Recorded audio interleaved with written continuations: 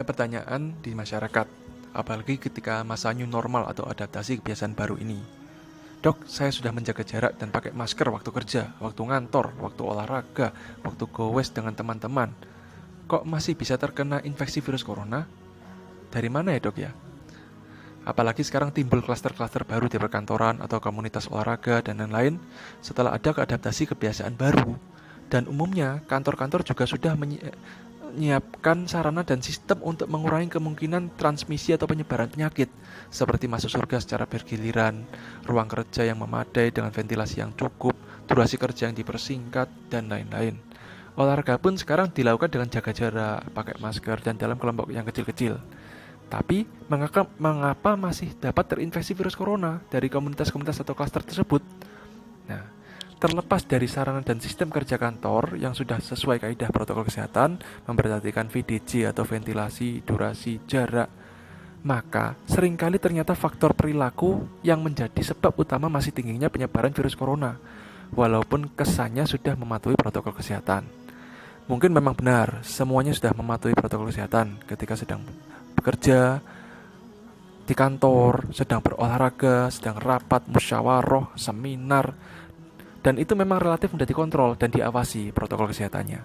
Tapi yang jauh lebih sulit dikontrol adalah saat-saat di luar jam kerja, di luar jam rapat, di luar seminar, atau di sela-sela acara olahraga, di saat-saat non-formal seperti itu. Seringkali ketika kerja, ketika rapat, ketika olahraga, sudah sangat sesuai dengan protokol kesehatannya. Tapi ketika istirahat atau makan siang, mereka berkumpul-kumpul tanpa memperhatikan jarak, makan bersama yang tentunya mesti melepas masker ya, berbincang-bincang atau bercanda untuk melepas stres dan penat. Nah, yang olahraga pun juga ketika selesai olahraga duduk bareng, kemudian ngopi bareng, makan di warung bareng, kadang disertai foto-foto bersama yang di mana maskernya mesti dilepas, mesti berkumpul, mesti tidak menjaga jarak. Jadi tidak heran jika di masa-masa new normal ini angka penambahan penderita COVID-19 masih tetap tinggi, yang juga disebabkan karena perilaku sesuai protokol kesehatan yang kurang tepat dan kurang disiplin. Alangkah baiknya protokol kesehatan dilakukan di semua tempat, setiap waktu. Jika kita berada di luar rumah, maka saat makan tetap jaga jarak, hindari mengobrol yang tidak perlu, tetap jarak dan lain-lain. Saat istirahat dan santai setelah berolahraga dalam suatu komunitas, tetap jaga jarak, tetap pakai masker. Ketika berfoto bersama, tetap memakai masker, tetap hati-hati.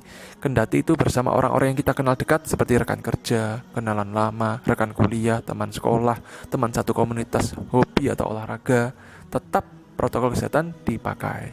Karena apa?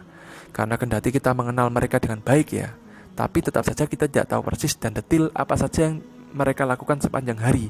Mereka bertemu dengan siapa, mereka selalu menerapkan protokol kesehatan atau tidak. Jadi jangan mengambil risiko yang tidak perlu. Marilah kita husnudon billah, walaupun sepintas terlihat ribet atau susah dalam menerapkan protokol kesehatan sepanjang waktu, namun insya Allah jika kita bisa